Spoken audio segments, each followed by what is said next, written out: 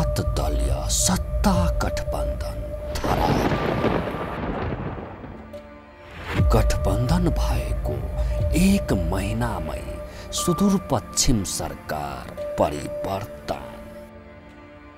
अब कस्तो बनला नयाँ सत्ता समीकरण।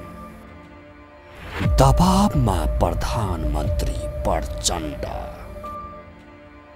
राष्ट्रपति निर्वाचनले धेरै रहस्य पट्टाक्षेप गर्ने। राजनीतिक अस्थिरताको सुरुवात विशेष द न्यूज रिव्यू।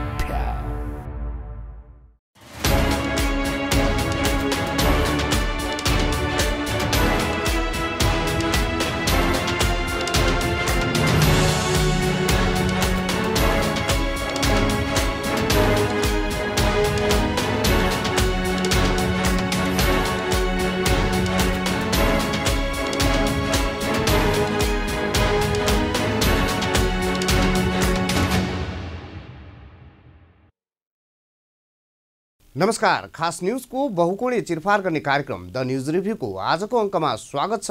म राज शर्मा। दर्शकबिन, गत मङ्सिर 4 गते सम्पन्न आम निर्वाचनको प्रारम्भिक परिणाम आउन साथ धेरैले भनेका थिए अब नेपालमा राजनीतिक अस्थिरताको डरलाग्दो सुरुवात बन्यो। सरकार बनाउने र ढाल्ने खेलमै मुलुक तबाह हुने भयो। नभन्दै यस्तै भएको छ। सुदूरपश्चिम प्रदेशबाट राजनीतिक अस्थिरताको बिजारोपण सुरु भएको छ। गठन भएको एक महिनामै सुदूरपश्चिम प्रदेश सरकार परिवर्तन भएको छ। वर्तमान 7 दलीय गठबन्धनका मुख्यमन्त्री हिक्मत सिंह रावलले विश्वासको मत प्राप्त गर्न नसकेपछि नेपाली काङ्ग्रेसका नेता कमल बहादुर शाह मुख्यमन्त्री नियुक्त हुनु भएको छ। 7 दलीय सत्ता गठबन्धनभित्रकै नागरिक उन्मुक्ति पार्टीले साथ छाडेपछि मुख्यमन्त्री राजेन्द्र सिंह रावल नेतृत्वको सरकार ढलेको हो। नेकपा एमालेका संसदीय दलका नेता रावल माओवादी केन्द्र, नागरिक उन्मुक्ति र राप्रपाको समर्थनमा गत पुस 27 गते मुख्यमन्त्री पदमा नियुक्त हुनुभएको थियो। यता नवनियुक्त मुख्यमन्त्री कमल बहादुर शाह पनि यथास्थितिमा विश्वासको मत पाउने अवस्थामा छैनन्। नवनियुक्त मुख्यमन्त्री शाहले विश्वासको मत पाउन नेकपा एमाले या माओवादी केन्द्रमध्ये एउटा पार्टीको साथ पाउनै पर्छ। यसरी साथ पाउनु भनेको वर्तमान सत्ता गठबन्धन धुजा हुनु हो। सुदूरपश्चिम प्रदेश सरकार परिवर्तन त वर्तमान सत्ता गठबन्धनमा सङ्कटमा परेको सानो उदाहरण मात्रै हो। आगामी फागुन 25 गते हुन गइरहेको राष्ट्रपति तथा आगामी चैत्र 3 गते हुन गइरहेको उपराष्ट्रपति निर्वाचनले धेरै कुराको प्रक्षेपण गर्छ। पहिलो कुरा त गणतन्त्रको एजेन्डा बोकेको राप्रपाले राष्ट्रपति तथा उपराष्ट्रपति निर्वाचनमा भाग लिन सहज छ कि छैन भन्ने प्रश्न धेरै नै पेचिलो छ। दोस्रो कुरा, मधेसी दल जसपा उपराष्ट्रपति पदका लागि बार्गेनिङ गरेरै बसिरहेको छ। जसपाले उपराष्ट्रपति पद पायो भने डाक्टर सीके रावत नेतृत्वको जनमत पार्टी सत्ता गठबन्धनबाट बाहिरिने सम्भावना पनि त्यत्तिकै छ। यता माओवादी केन्द्रले पनि उपराष्ट्रपति पदका लागि आशा गरेरै बसेको छ। त्यसो त नागरिक उन्मुक्ति पार्टी बिच्किएको अवस्थामा लुम्बिनी प्रदेशमा समेत सत्ताको साँचो अब राप्रपाको हातमा पुगेको छ। गण्डकी र बागमती प्रदेशमा त त्यसै पनि सत्ताको साँचो राप्रपासँग छँदै थियो। प्रधानमन्त्री प्रचण्डका लागि अबका दिन निकै चुनौतीपूर्ण बन्दैछ भन्ने प्रमाणित भइसकेको छ। 7 दलीय सत्ता गठबन्धन के कसरी धरापमा परेको छ भन्ने सन्दर्भमा हाम्रा सहकर्मी बिन्दुकान्त घिम्रेको सहयोगमा तयार आजको द न्यूज रिभ्यू। 7 दलीय सत्ता गठबन्धन गठबन्धन भएको एक महिनामै सुदूरपश्चिम सरकार परिवर्तन। अब कस्तो बनला नयाँ सत्ता समीकरण। दबावमा प्रधानमन्त्री प्रचण्ड। राष्ट्रपति निर्वाचनले धेरै रहस्य पट्टाक्षेप गर्ने। राजनीतिक अस्थिरताको सुरुवात विशेष द न्यूज रिव्यू। दर्शकबिन, सरसर्ती हेर्ने हो भने नेकपा एमाले नेतृत्वको सुदूरपश्चिम सरकार एक महिनामै ढल्नुको एक मात्रै कारण हो मुख्यमन्त्री हिक्मत सिंह रावलले विश्वासको मत प्राप्त गर्न नसक्नु। तर मुख्यमन्त्री रावलले विश्वासको मत प्राप्त गर्न नसक्नुका भित्री कथाहरू निकै रहस्यमय तथा पेचिला छन्। 1 महिना अघि एमाले संसदीय दलका नेता रावललाई मुख्यमन्त्री नियुक्त गरियोस् भनेर प्रदेश प्रमुखलाई दिएको निवेदनमा नागरिक उन्मुक्ति पार्टीका 7 जना सांसदको समेत हस्ताक्षर छ। जुन पार्टीले मुख्यमन्त्री नियुक्त गरियोस् भन्ने निवेदनमा हस्ताक्षर गरेको छ त्यही पार्टीले विश्वासको मत नदिनु भनेको ज्यादै पेचिलो मामिला हो। आखिर यस्तो अप्रिय निर्णय नागरिक उन्मुक्ति पार्टीले किन लियो भन्ने प्रश्न निकै रहस्यमय छ। सरस्वती हेर्ने हो भने आफ्नो पार्टीका संरक्षक नेता रेशम चौधरीलाई रिहाई गर्नुपर्ने माग पूरा नभएका कारण नागरिक उन्मुक्ति पार्टीले सुदूरपश्चिम सरकार ढालिदिएको जस्तो देखिन्छ। नागरिक उन्मुक्ति पार्टीले पनि त्यही जवाफ दिएको छ, तर यो जवाफ भनेको हात्तीको देखाउने दाँत जस्तै हो, किनकि रेशम चौधरी सर्वोच्च अदालतको आदेशअनुसार जेल पर्नु भएको हो। यो माग पूरा गर्ने ताकत वर्तमान सरकारसँग छैन भन्ने कुरा नागरिक उन्मुक्ति पार्टीलाई सुरुदेखि नै राम्रोसँग थाहा छ। रेशम चौधरीको रिहाईको शर्त नागरिक उन्मुक्ति पार्टीको राजनीतिक माग मात्र हो। नागरिक उन्मुक्ति पार्टीले खोजेको हैसियत अनुसारको सहभागिता हो। उसले सुदूरपश्चिम सरकारको मुख्यमन्त्री या सभामुख मध्ये एक पद खोजेको थियो। सत्ताको साँचो बोकेको पार्टीले यी दुई मध्ये एक पद खोज्नु अनौठो होइन, किनकि सङ्घीय संसदमा माओवादी केन्द्रका जति प्रतिशत सांसद छन् सुदूरपश्चिम प्रदेशमा नागरिक उन्मुक्ति पार्टीका त्योभन्दा बढी प्रतिशतमा सांसद छन्। 9% सांसद भएको पार्टी माओवादी केन्द्रले सङ्घीय सरकारको नेतृत्व गर्न मिल्ने तर 15% सांसद भएको नागरिक उन्मुक्ति पार्टीले सुदूरपश्चिम सरकारको नेतृत्व किन गर्न नपाउने भन्ने प्रश्न नाजायज होइन। यी यसैगरी सुदूरपश्चिम प्रदेश सभाको अङ्कगणित हेर्ने हो भने एमाले र माओवादी भन्दा नागरिक उन्मुक्ति पार्टी यति धेरै कमजोर छैन। एमाले र माओवादीका 10-10 जना सांसद छन्, नागरिक उन्मुक्ति पार्टीका 7 जना सांसद छन्। एकातिर नागरिक उन्मुक्ति पार्टी सुदूरपश्चिम सरकारमा हैसियत अनुसारको भूमिका पाएन भने अर्कोतिर त्यही बेला उक्त पार्टीमा प्रतिनिधि सभा सदस्य अरुण चौधरी पक्राउ पर्नुभयो। ज्यान मुद्दा खेपिरहनुभएका एमाले सांसद लक्ष्मी महतो कोइरीले मजाले राजनीतिक गतिविधि गरिरहन पाउने तर ट्र्याक्टर जलाएको आरोप लागेका नागरिक उन्मुक्ति पार्टीका सांसदलाई पक्राउ गरेर जेल कोस्नुपर्ने अवस्था सिर्जना हुनु आफैमा पनि रहस्यमय छ, किनकि प्रधानमन्त्री प्रचण्ड स्वयं नै वर्तमान सत्ता गठबन्धन भत्काएर नेपाली काङ्ग्रेस सहितको पुरानै सत्ता गठबन्धन बिउताउन खोजिरहनु भएको त छैन भन्ने जिज्ञासा पनि धेरैलाई छ। दर्शकबिन द न्युज रिभ्यूको अबको श्रृङ्खलामा प्रस्तुत छ सुदूरपश्चिम सरकार परिवर्तनको सन्दर्भमा यो चर्चा। नेकपा एमाले संसदीय दलका नेता हिक्मत सिंह रावल गत पुस 27 गते सुदूरपश्चिम प्रदेशको मुख्यमन्त्री पदमा नियुक्त हुनुभएको हो। संविधान अनुसार मुख्यमन्त्री रावलले 1 महिनाभित्र विश्वासको मत सिद्ध गर्नुपर्ने थियो, तर 1 महिनाको समय खर्किन केही घण्टा बाँकी रहँदा बिहिबार भएको निर्वाचनमा उहाँ अल्पमतमा पर्नुभयो। सुदूरपश्चिम प्रदेशसभाको सिट सङ्ख्या 53 रहेको छ।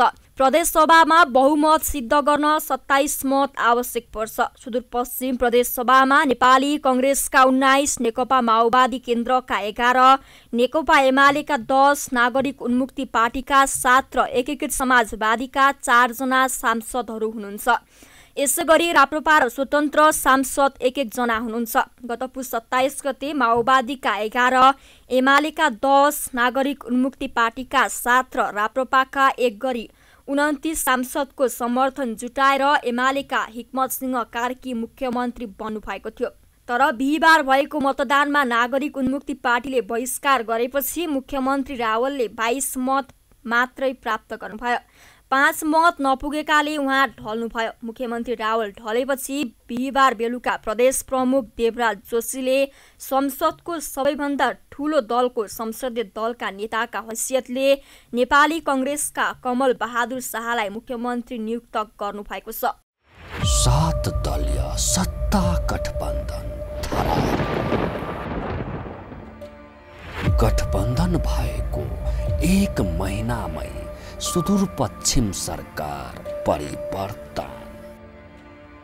अब कस्तो बनला नयाँ सत्ता समीकरण। दबावमा प्रधानमन्त्री प्रचण्ड। राष्ट्रपति निर्वाचनले धेरै रहस्य पट्टाक्षेप गर्ने। राजनीतिक अस्थिरताको सुरुवात विशेष द न्युज रिभ्यू। दर्शकबिन पछिल्लो समीकरण तथा अङ्कगणितको हिसाब गर्ने हो भने सत्ता दलीय सत्ता गठबन्धन करिब करिब भत्किसकेको छ। 7 दलका 67 सांसदहरूको समर्थनमा वर्तमान सरकार गठन भएको हो, जसमध्ये 20 सिट रहेको राष्ट्रिय स्वतन्त्र पार्टी सरकारबाट बाहिरिसकेको छ। 4 सिट भएको नागरिक उन्मुक्ति पार्टी त सरकारको खिलाफमा नै लागिसकेको छ। अब बाँकी 143 सिट छ, तर 13 सिट जसको जनता समाजवादी पार्टी जसपा ठुलो बार्गेनिङका साथ खुट्टा उचालेर बसेको छ। सीके रावत नेतृत्वको जनमत पार्टीले पनि राष्ट्रिय सहमतिको अवधारणा अघि सारिरहेको छ। 7 दलीय गठबन्धनको पहिलो अध्याय अब समाप्त भइसकेको प्रश्न छ। नेकपा एमाले पनि राष्ट्रपति पद कुरेर बसेको हो। राष्ट्रपति पद नपाउने अवस्थामा एमाले पनि वर्तमान सत्ता गठबन्धनमा रहिरहला भन्न सकिने स्थिति अब रहेन।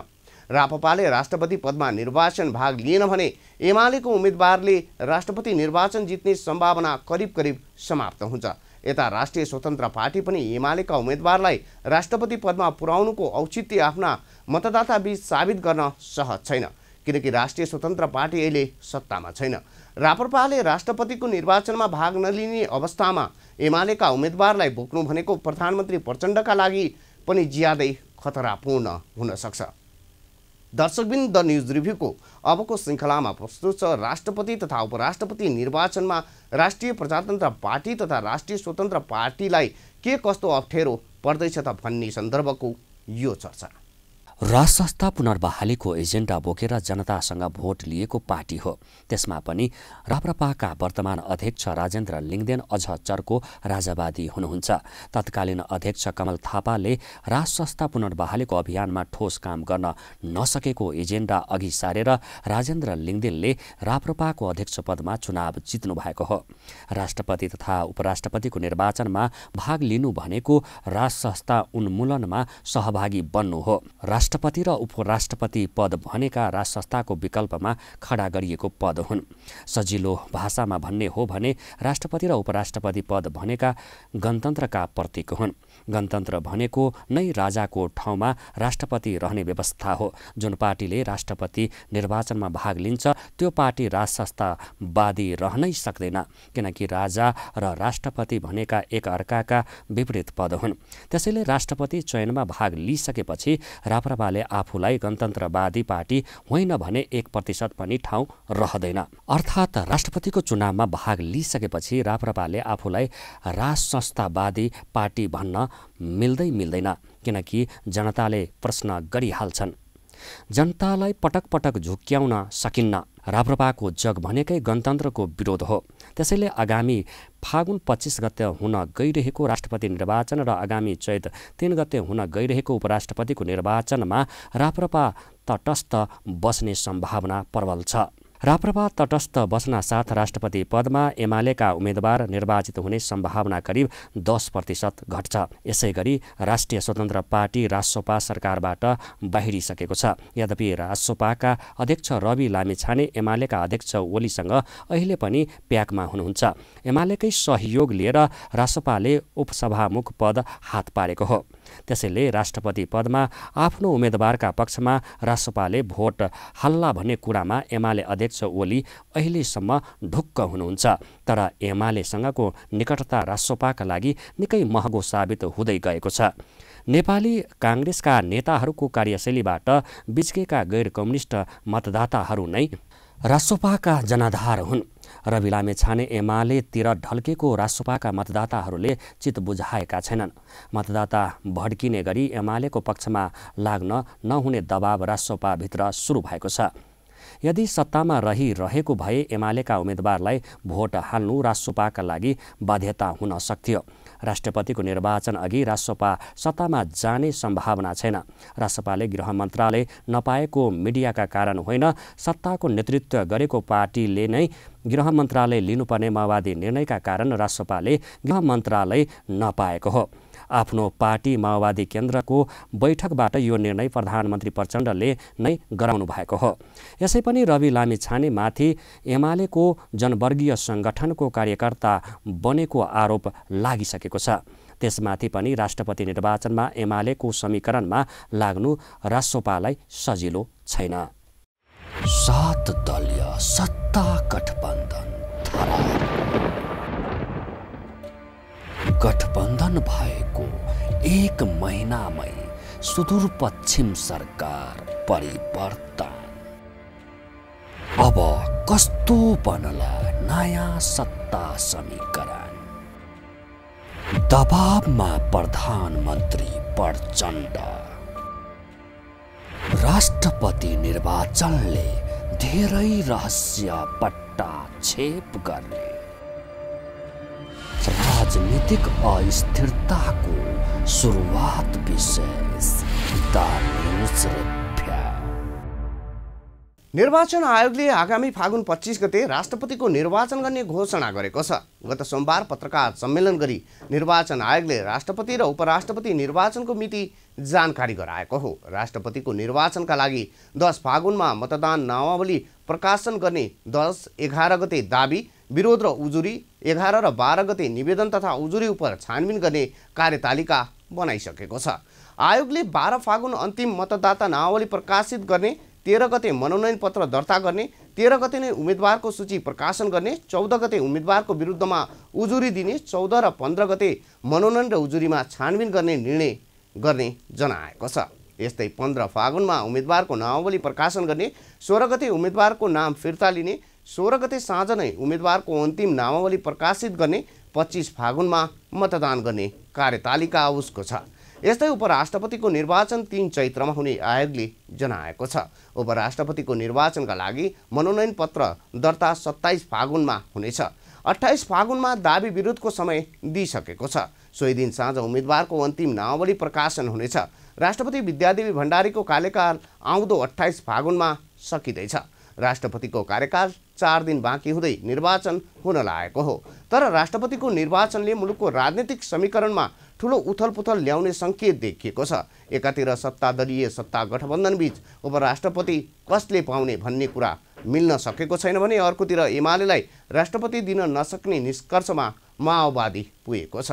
माओवादी केन्द्रका अध्यक्ष पुष्पकमल दाहाल प्रचण्डलाई प्रधानमन्त्री बनाउन जुन जुन दलहरूले समर्थन गरेका छन् ती दलहरू एकै ठाउँमा उभिने हो भने नेकपा एमाले राष्ट्रपति पद प्राप्त गर्न कुनै समस्या देखिँदैन। तर एमाले र बाहिरका दलहरू केही थान मन्त्री पदमा मात्रै चित्त बुझाउने अवस्थामा छैनन्। राष्ट्रिय प्रजातन्त्र पार्टी राप्रपाले न्यू खोज्न थालेको छ, जसपाले पनि न्यू खोज्न थालेको छ। वर्तमान सत्ता गठबन्धनभित्र पनि साना पार्टीहरूको भूमिका निर्णायक देखिएको छ। एकातिर एमाले र माओवादी बीचको सत्ता बाँडफाँडलाई आँखा चिम्लेर अनुमोदन गर्न साना पार्टीहरू तयार देखिएका छैनन्, अर्कोतिर एमालेलाई सबै सुम्पिएर निरही बन्न माओवादी पनि तयार छैन। आखिरी कस्तो छ त राष्ट्रपति निर्वाचन हुनु आवश्यक मतभारको जोड घटाउ। दर्शकबिन द न्युज रिभ्यूको श्रृङ्खलामा यसै सम्बन्धी यो चर्चा। राष्ट्रपति निर्वाचनका लागि 52,786 मतभार छ, जसमध्ये राष्ट्रपति निर्वाचित हुन खसेको मतको 50% कटाउनु पर्नेछ। सबै मत खस्यो भने राष्ट्रपति निर्वाचित हुन 26,393 मतभार चाहिन्छ। वर्तमान 7 दलीय गठबन्धन एकै ठाउँमा उभिने हो भने 31,033 मतभार हुन्छ, जुन मतभार राष्ट्रपति निर्वाचित हुनका लागि काफी हो। तर राप्रपाले राष्ट्रपति निर्वाचनमा भाग लिने सम्भावना ज्यादै न्यून छ।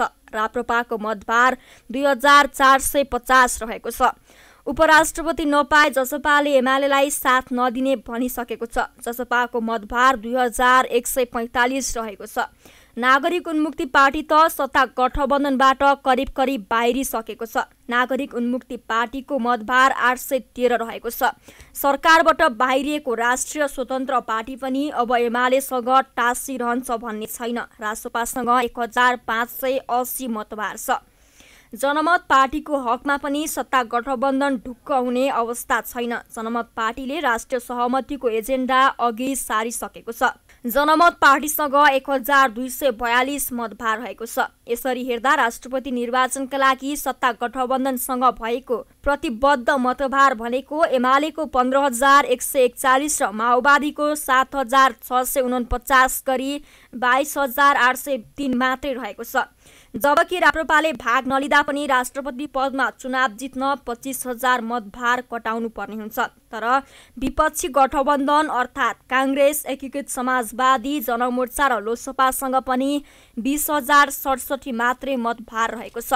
विपक्षी गठबन्धनलाई पनि राष्ट्रपति पदमा चुनाव जित्न 5,000 देखि 6,000 मतभार अभाव रहेको छ। सबै खाले स्वतन्त्र तथा साना पार्टीको मतभार 1,616 रहेको छ।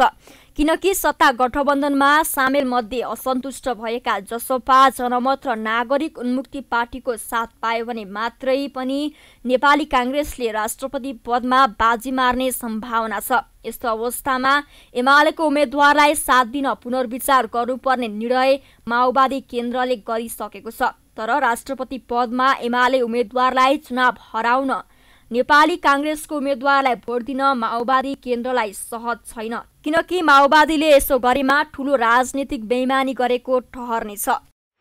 7 दलीय सत्ता गठबन्धन गठबन्धन भएको 1 महिनामै सुदूरपश्चिम सरकार परिवर्तन। अब कस्तो बनला नयाँ सत्ता समीकरण? दबावमा प्रधानमन्त्री प्रचण्ड। राष्ट्रपति निर्वाचनले धेरै रहस्य पट्टाक्षेप गर्ने। राजनीतिक अस्थिरताको सुरुवात विशेष द न्यूज रिभ्यू। दर्शकबिन, सम्झौता, धोखाधडी गर्ने र आफ्नो स्वार्थका लागि नाजायज सम्झौता गर्ने मामिलामा प्रधानमन्त्री पुष्पकमल दाहाल प्रचण्ड माहिर खेलाडी हुनुहुन्छ। प्रचण्डले नाजायज सम्झौता गरेर प्रधानमन्त्री पद हात पार्नु भएको हो। चुनाव अघि काङ्ग्रेस नेतृत्वको लोकतान्त्रिक वाम गठबन्धन प्रचण्डकै सक्रियतामा निर्माण भएको थियो। नेपाली काङ्ग्रेसले सभामुख 3वटा प्रदेशको मुख्यमन्त्री तथा 2 वर्षपछि प्रधानमन्त्री दिने भनेको थियो, तर पार्टीलाई प्राप्त हुनेहरू अवसर त्याग्दै प्रचण्डले एमालेसँग मिलेर प्रधानमन्त्री बन्नुभयो। यस क्रममा प्रचण्डले राप्रपा र रासोपाका नाजायज मागसँग सम्झौता गर्नुभयो। स्वार्थ बाँझिने मन्त्रालयहरू राप्रपा र रासोपालाई दिन प्रचण्ड तयार हुनुभयो, तर पनि प्रचण्ड ढुक्क हुन सक्ने अवस्था रहेन। एमाले र काङ्ग्रेस बीचको द्वन्द्वमा खेल्ने दाउमा अझै पनि प्रचण्ड हुनुहुन्छ।